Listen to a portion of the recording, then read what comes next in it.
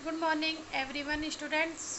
बच्चों, हम पढ़ रहे थे चैप्टर 2 जिसका नाम है मंत्र। अभी तक हम पढ़ चुके हैं डॉक्टर चड्ढा के द्वारा भगत के बेटे का इलाज नहीं किया जाता है और वो मारा जाता है। एक दिन डॉक्टर के बेटे को सांप काट जाता है तो गांव के लोग उसी भगत से सहायता मांगने के लिए आते हैं। यहाँ तक हमने पढ़ लिया था, अब आगे पढ़ेंगे। किवाड़ खुलते ही आदमी ने अंदर आकर कहा, डॉक्टर चड्ढा के लड़के को सांप ने डस लिया है। भगत ने चौंक कर पूछा, डॉक्टर चड्ढा के लड़के को? वही डॉक्टर चड्ढा ना, जो छावनी के पास वाले बंगले में रहते हैं। आदमी ने कहा, हाँ हाँ वही। देखने जाओगे? बूढ़े ने कठोर भाव से कहा, मैं नहीं जाता। डॉक्टर चड्ढा को खूब जानता हूँ। मुन्ना को उन्हीं के पास लेकर गया था। खेलने जा रहे थे सीधे मुंह, बात तक भी नहीं की थी। भगवान सब कुछ देखता है। बस उस वक्त मेरी आंखों में आंसू निकल पड़े। अपने खेल के पीछे उस पत्थर दिल ने मेरे मुन्ने को देखा तक नहीं।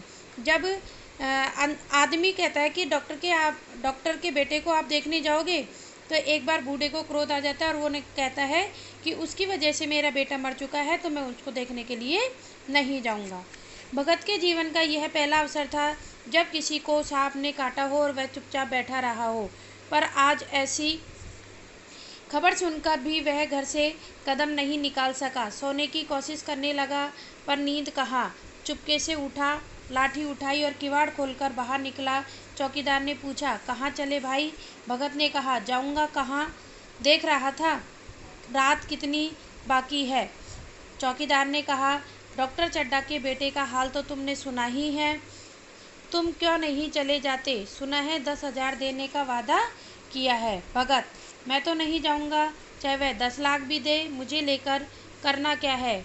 कल मर जाऊंगा तो फिर कौन भोगने वाला बैठा है। जब चौकीदार ने कहा कि क्या तुम डॉक्टर के बेटे को देखने जाओगे, तो भगत ने क्रोध में कहा कि मैं नहीं जाऊंगा, चाहे वो 10 लाख रुपए दे, अब वो मेरे किसी काम के नहीं हैं।